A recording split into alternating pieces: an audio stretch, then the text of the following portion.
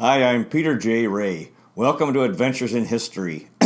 Today's topic is the 1940 Cleveland Indians MLB baseball season.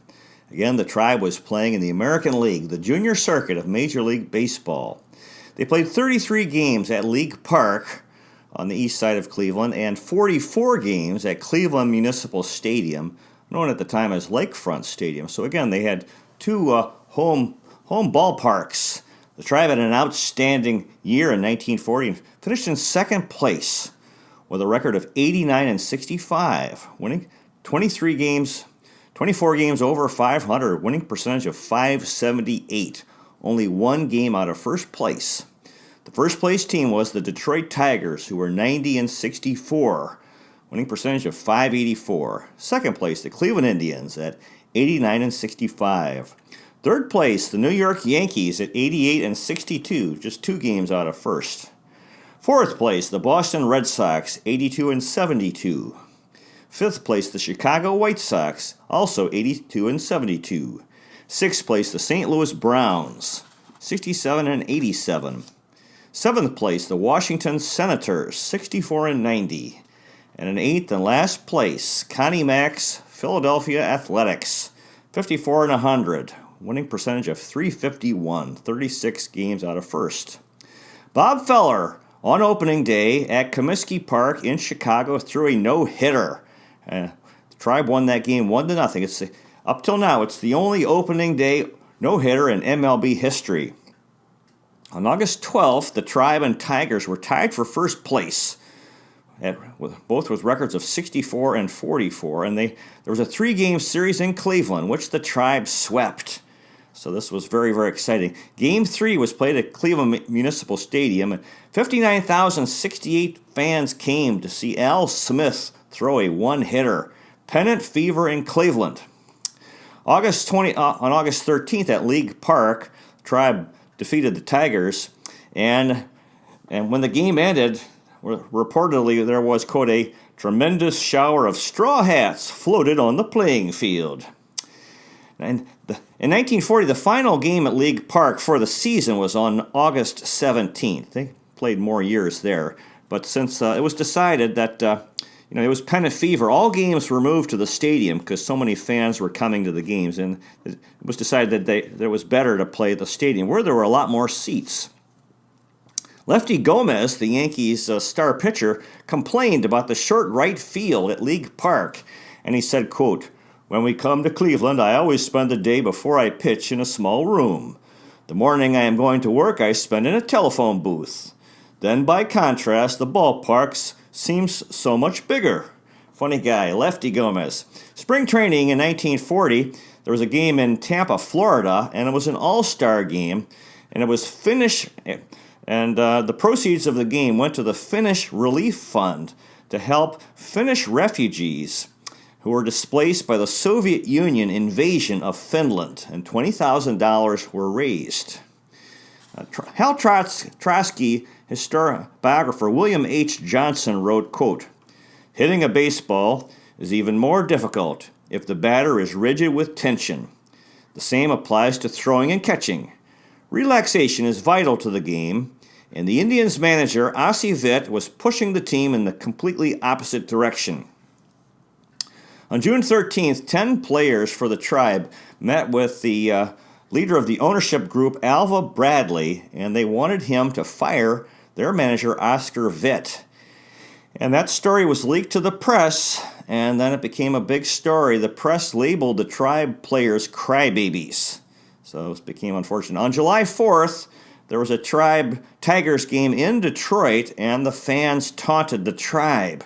They hung diapers in the stands, wore baby clothes, and also wore huge infant bottles as hats and threw toy baby balls on the field and cheered Indians manager Oscar Witt. Paris fell to Nazi Germany on June 13th, 1940, the same day that the anti-Witt, Oscar Witt, player rebellion made public, and that story actually took precedence for the Cleveland sports fans in the newspaper. On September 19th, the Tribe arrived the Detroit train station the players were pelted by tomatoes, eggs, and lemons thrown by Tigers fans there. Late in the season, there was a ladies' day game at the Cleveland Municipal Stadium. The Tribe playing the Tigers. Big crowd, 45,533 fans came, and very kind of unfortunate. Fruit and vegetables were hurled at Tiger left fielder Hank Greenberg. At one point, he was circling under a fly ball, and there was this shower of fruit and vegetables, and he was able to make the catch. Of course, the Tribe and Tigers were the two rivals, and Greenberg was the star player for the Tigers.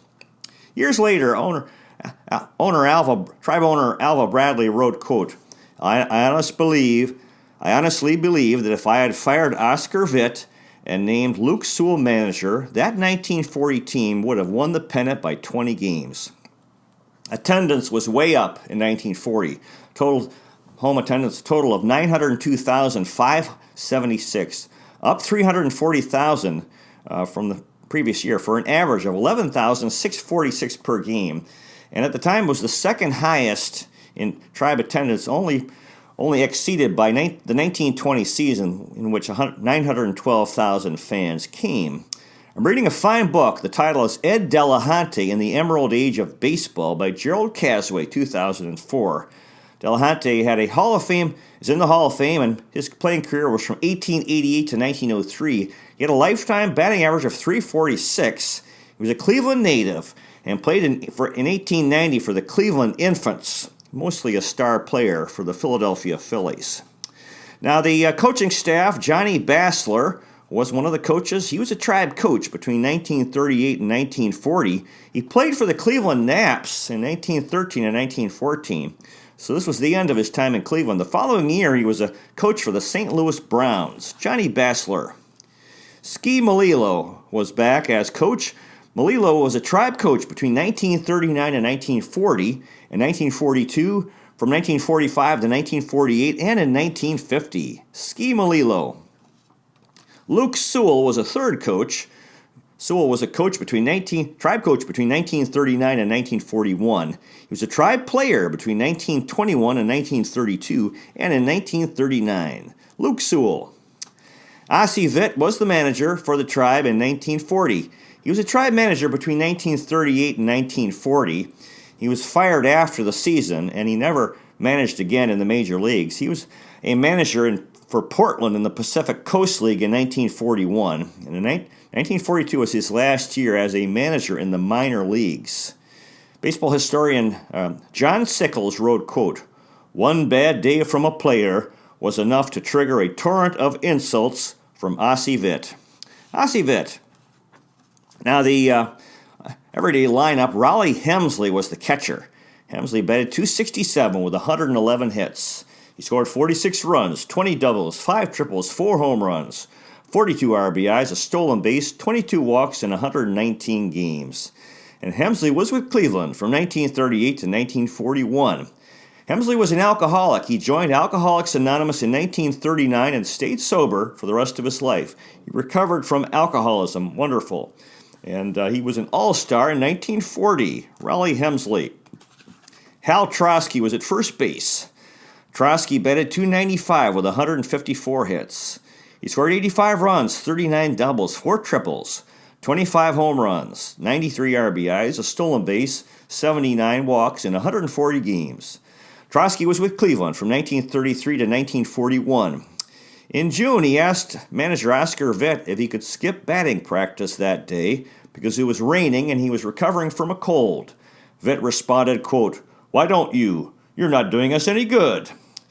Now, the fans blamed Trosky for the anti-Vitt rebellion because he was a part of it, and there was even fans all over the country were against the Tribe, and even Cleveland Tribe fans. His son Hal Trosky Jr. said, quote, "The Vitt affair affected his heart. He was a man of honor. He was a man of responsibility, and he was a man of empathy. What happened with Oscar Vitt bothered him for the rest of his life."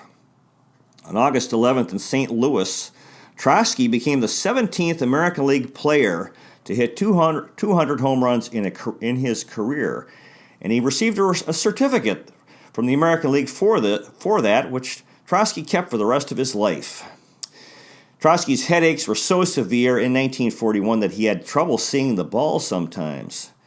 During the anti-Oscar Witt rebellion, Trotsky actually had flown home because his mother had died, and he went home for the funeral. When he returned to play at the stadium, he was blamed, and Tribe fans booed him. And Trotsky later said, quote, "The biggest shock of my life was coming to the ballpark and hearing myself practically booed out of the stadium. That was one of the saddest days of my life. They had me down." Hal Trotsky. Ray Mack was at second base. Mack batted .283 with 150 hits. He scored 60 runs, 21 doubles, 5 triples, 12 home runs, 69 RBIs, 4 stolen bases, 51 walks in 146 games. And Mack was with Cleveland from 1938 to 1946, and he also made the All-Star team in 1940. Ray Mack. Lou Boudreau was at shortstop. Boudreau batted .295 with 185 hits.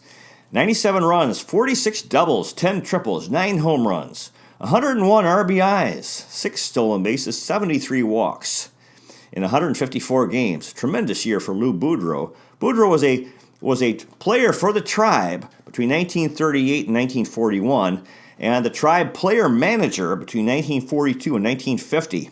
He was an all-star in 1940. Boudreau had this to say about the 1940 season. "We should have won the pennant. I am positive we were the best team in the league." I look back at that season with great regret. It represents one of the big disappointments of my career, of my life, really. Lou Boudreau. Ken Keltner was at third base. Keltner batted .254 with 138 hits. He scored 67 runs, 24 doubles, 10 triples, 15 home runs, 77 RBIs, 10 stolen bases, and 51 walks. Keltner was with Cleveland from 1937 to 1944 and from 1946 to 1949. And he made the All-Star team in 1940. Ken Keltner. Ben Chapman was in left field. Chapman batted .286 with 157 hits. He scored 82 runs, 40 doubles, 6 triples, 4 home runs, 50 RBIs, 13 stolen bases, 78 walks in 143 games. And Chapman was with Cleveland from 1939 to 1940, so this was the end of his time in Cleveland. His MLB career continued until 1946. Ben Chapman.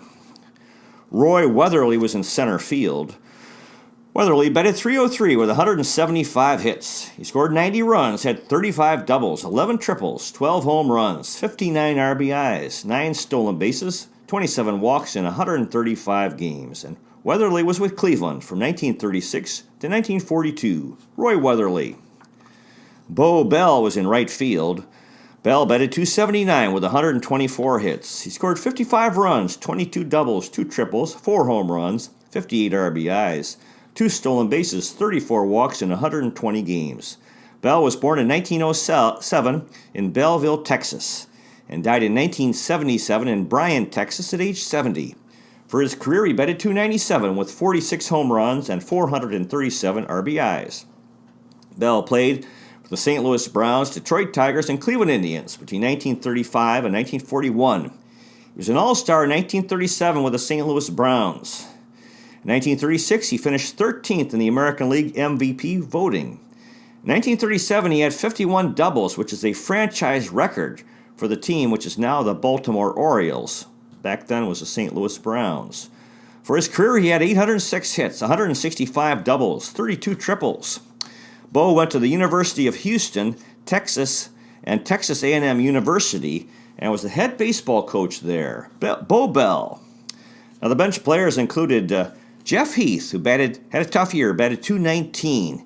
We had 78 hits, 55 runs, 16 doubles, 3 triples, 14 home runs, 50 RBIs, 5 stolen bases, 40 walks in 100 games.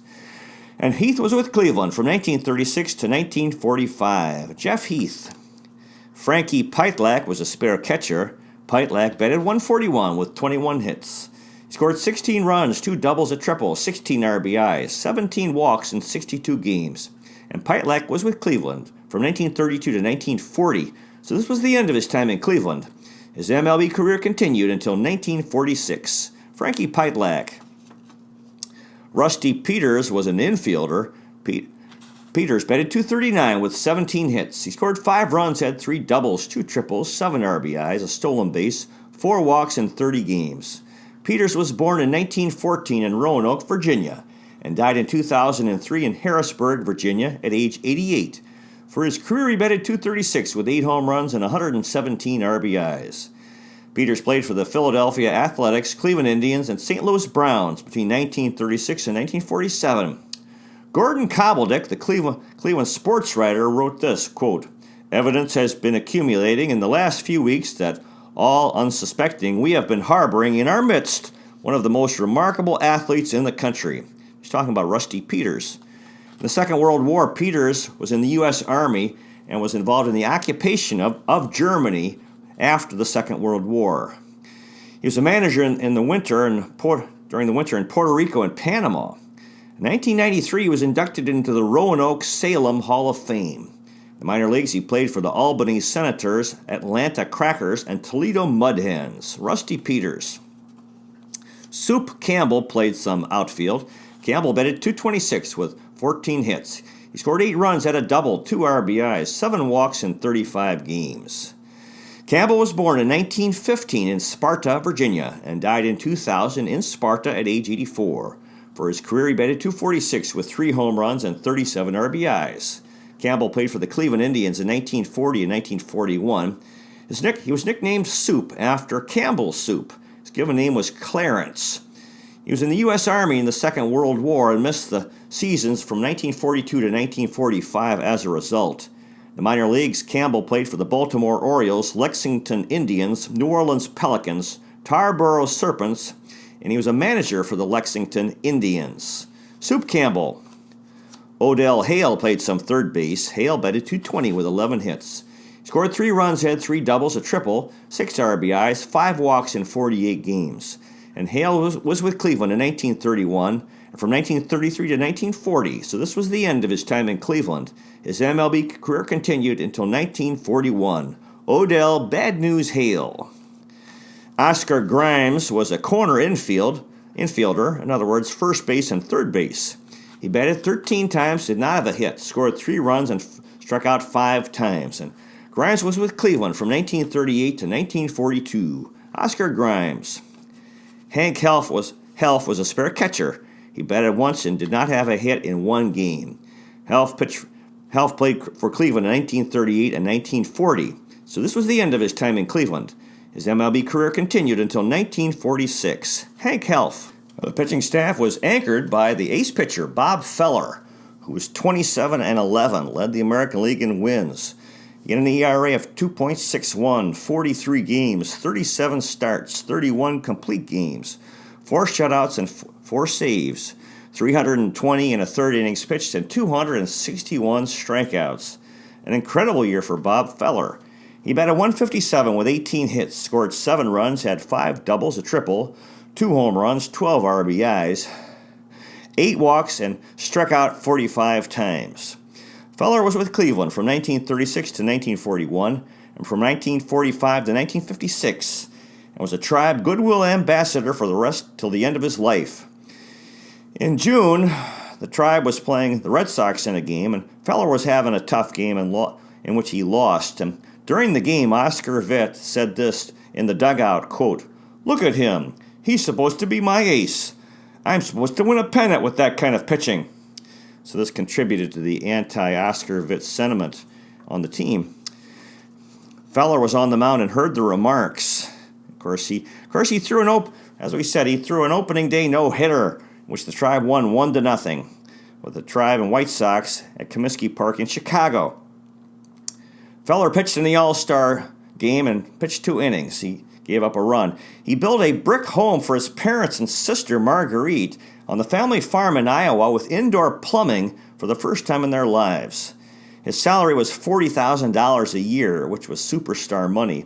His mother, father, and sister all attended that opening day game in Chicago, in which he threw a no-hitter. They made the drive from Iowa. After the anti-Vitt rebellion, Feller said this about Oscar Vitt, quote, "I hate his guts, and I don't care who knows it."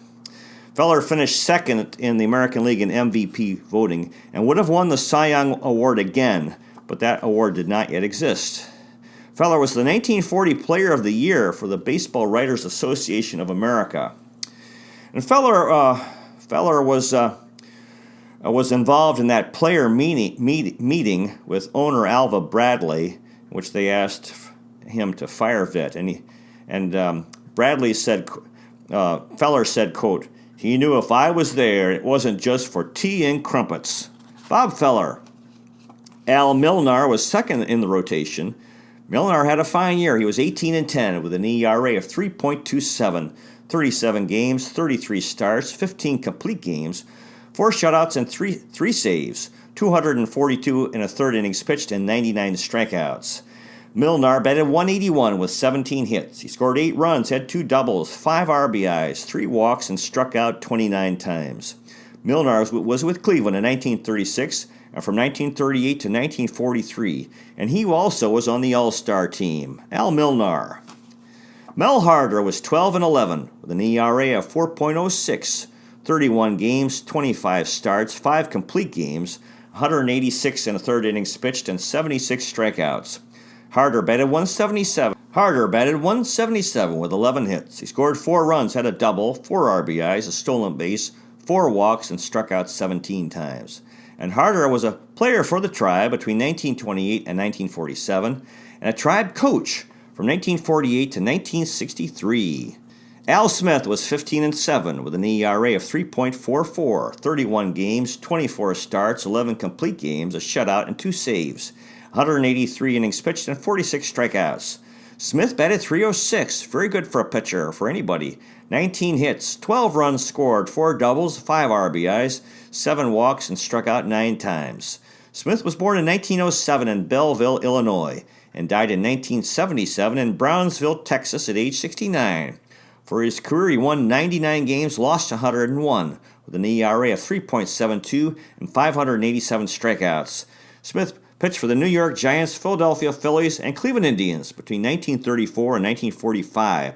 He was an All-Star in 1943 with the Tribe. He won a World Series title in 1933 with the New York Giants as a coach. He was a starting pitcher on July 17, 1941, the game which stopped Joe DiMaggio's 56-game hitting streak. With the New York Giants in 1936 and 1937, he won National League titles. Smith played in the minor leagues for the Buffalo Bisons, High Point Pointers, Independence Producers, Sacramento Solons, Shawnee Robins, Waynesboro Redbirds, and the Winston-Salem Twins. Al Smith. Johnny Allen was 9-8 with an ERA of 3.44, 32 games, 17 starts, 5 complete games, 3 shutouts, 5 saves, 138 and 2/3 innings pitched, and 62 strikeouts. Allen batted .208 with 10 hits. He scored 3 runs, had 3 doubles, 3 RBIs, a walk, and struck out 9 times. And Allen was with Cleveland from 1936 to 1940, so this was the end of his time in Cleveland, although his MLB career continued. Johnny Allen.